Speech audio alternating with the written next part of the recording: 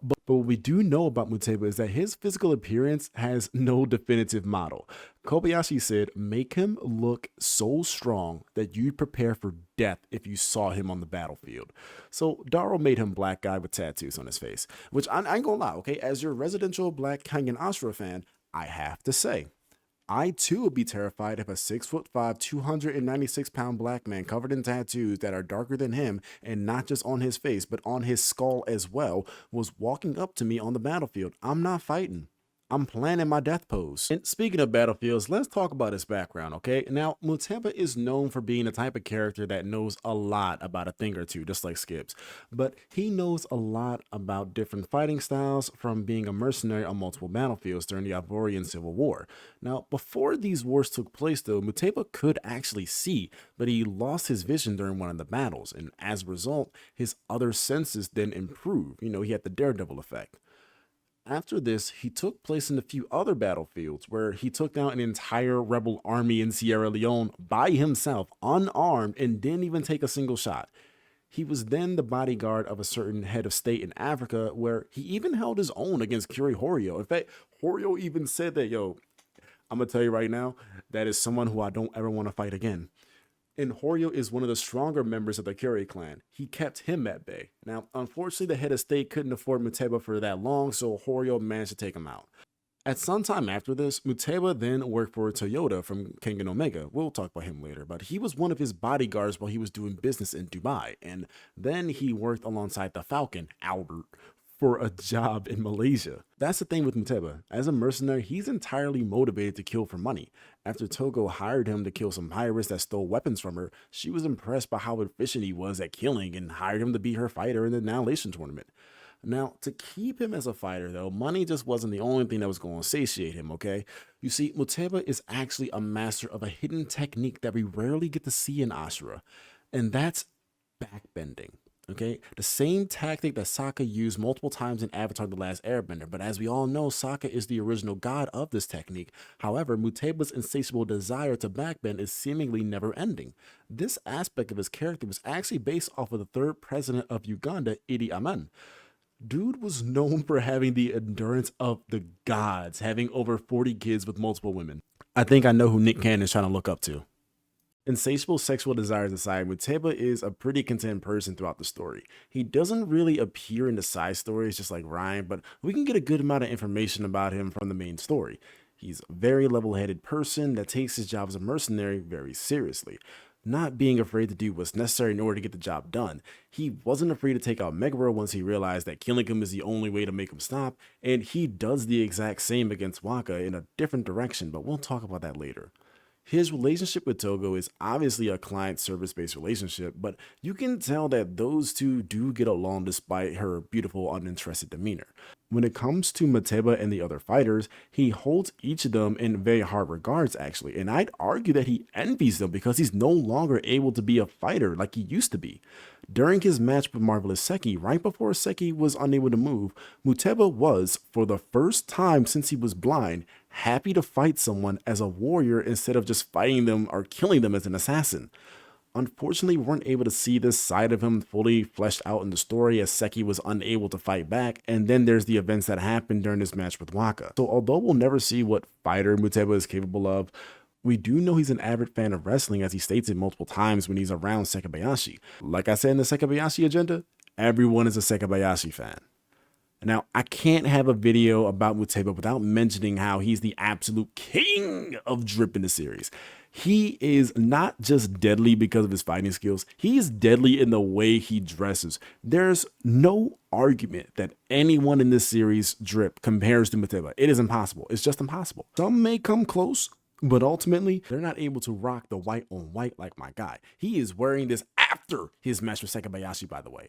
These are his casual clothes, you peasants. My guy is out here pooping on everyone's fit. Even the cast of Dambaru can't catch up to him. But all that aside, despite being an assassin, he's not a serial killer like many would kind of believe at times. You see, I've recently been enjoying the series Fable, and I feel like both him and MUTEBA share a same viewpoint when it comes to killing. They're professionals. They're not just going to kill for the sake of killing or the thrill of overpowering someone else. In MUTEBA's case, he's out to do it to get the job done so long as he's paid. And for Fable, I keep calling Fable, and for Fable, he'll just do it because his boss tells him to kill. It's not like they're always out for blood. They're just good at killing, which makes MUTEBA's fighting style very different compared to everyone else in the tournament. MUTEBA fights mostly using his combat prowess and high battle IQ. Despite being blind, he has several ways of seeing better than any normal man through the other senses like hearing and smell. Most of his attacks are all geared towards killing his opponent rather than trying to fight them. He uses these simple but effective moves like eye pokes and attacks that usually target the neck. His most notable fighting move, though, is the ancient Chinese assassination technique called the heart jab. It's where his fingers pass through the skin and muscles, slipping under the rib cage, and allows the user to directly tap the bottom of someone's heart, causing it to stop.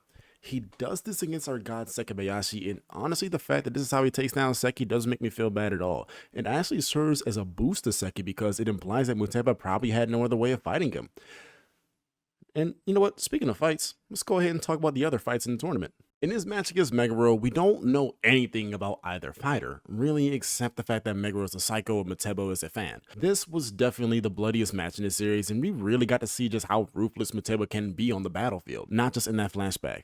If this is what he does to the fighters, I can only imagine what he does to his partners, or the people he's actually hired to kill. So after Meguro welcomed him to the jam with a slam, he got the mount and was drooling over MUTEBA like a holiday ham.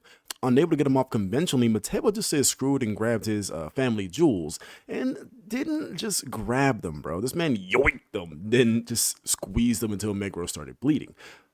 Ew. Now, Meguro jumping off of MUTEBA suddenly like this implies that he either felt extreme pain for the first time or he was just a fan as well. We're still trying to figure out which one it really is. Either way, please stay away from me. But after mutilating Meguro's future corpse, gouging his eyes out, breaking his arm, giving him a job application to that work. In fact, I don't even think it was the job application he was giving him. He was actually giving an in-person interview. He told him sign here, here, here, here, and here. Like, this man was literally... This weirdo Meguro actually put his arm back together by force, and MUTEBA said, all right, that's enough goofing around, you're fired. Then stabbed him in the neck with his fingers like it was a Capri Sun on a hot summer day, and then snapped his neck, finishing the match and solidifying the Annihilation Tournament's first confirmed corpse. In his match with Sekibayashi, we see his usual ruthless side, but more flair and finesse to it. He was using Seki as a punching bag like everyone else tries to, but as we all know, if you try to use Seki as a punching bag, he's just going to hit you back harder and crush your spine. But after having his world rocked, MUTEBA shocks everyone by switching up into some kind of a generic boxing stance. The thing is, every time he landed an attack, it was actually targeted towards a vital part on Seki that was already injured. So this shows that MUTEBA is not necessarily good at hand-to-hand combat, but he's good at adapting to what the fight needs in order to achieve his mission. That's that battlefield IQ that's coming into play here. After Seki took away his hearing, MUTEBA started tweaking. He was looking around like a little kid waiting for his mom to get back to pay for the groceries while the cashier was staring at them. Now, bro was really at Sekibayashi's mercy until we learned that he was pulling a Dr. Riddles. I know, Zatch Bell fans, a little too soon. But he hit him with the, haha, JK. You see, I was actually able to see by smell the entire time. Gotcha, bro. Then proceeded to end Sekibayashi with a heart jab, stopping his heart and inevitably allowing him to win the match. Now, this doesn't mean that Seki was going to go down so easily, okay? Like I said, we all love Sekibayashi and pro wrestling here. So when he stood back up with that look of defeat, it shed a tear to my heart, yes. But MUTEBA also felt that same exact pain because he did honor him by taking him out with a 3 count, which is really sad because after Sekibayashi threw him, MUTEBA had the biggest smile on his face. Bro was actually starting to have fun for the first time in years and was devastated when he saw Seki wasn't even moving anymore. So out of respect for the pro wrestler, he took him out with a back throw and then moved on to round 3. 3カウント勝負ありだ言っただろうプロレスは嫌いじゃないってあんたの息に免じて流儀にのっとってやったぜ俺なりのリスペクトってやつさ Goodbye, pro wrestler. Now, finally, Wakatsuki, bro. Now, I know you've all been anticipating me talking about Waka for a while, okay? But before this match, Togo, my love, tested out her newest invention on MUTEBA, which is a pair of eyes that will allow him to see in different ways. MUTEBA's favorite version was using the infrared. Side note, this is Editor Sync speaking right now. The fact that Togo uses the Predator mask for the basis of MUTEBA's eyes just makes this a 10,000% cooler. And it's even better that she said, oh yeah, I got this idea from a movie I saw when I was a kid, then made that shit real. That is amazing. Anyways, let's continue. Now, as an assassin, those eyes are a bigger cheat code than up, up, down, down, left, right, BA, select, start. But Pro really pulled out a rabbit out of his hat after Waka smashed his arm, and then he hit the F6 button. He surrendered. But when you think about it, Sekibayashi said it best. A fighter prioritizes winning over everything else, but fighting to a mercenary is just about survival. Muteba saw the damage that Waka was capable of causing him and figured that, yeah, this ain't worth it. It ain't worth the trouble fighting this, man. I ain't gonna risk my life for this. Now, I will give Waka a feat here on the channel for the first time. He managed to make Muteba realize that this fighter tournament ain't the thing for him, okay? And this also implies that Waka was the only fighter to make another fighter quit without any kind of shady tactics happening. It was definitely very anticlimactic, but very fitting for Muteba's character. Although I will say, since he never lost in a fighting sense, you could argue that Muteba is actually sleeping potential and could have had a perfect record in the tournament leading up to the upcoming match with Oma, but that's for another life. Now, during Omega, he doesn't really play a big role in the story outside of some cool appearances and flex on everyone with his drip. I mean, he explains the lore sometimes behind some characters that they're assassins like Alder, but then he realistically just falls prey to the connector fodder that many of the other characters have fallen prey to.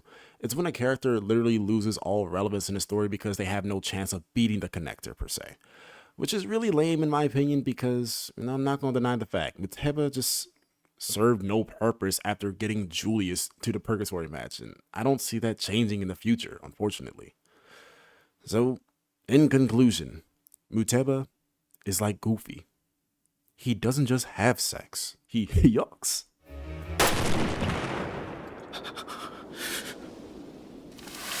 Holy shit!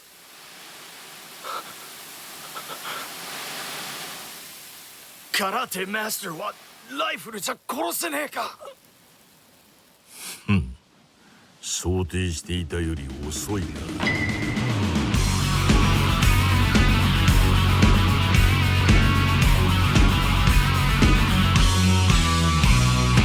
There's no way Muteba kept his composure at this bake sale.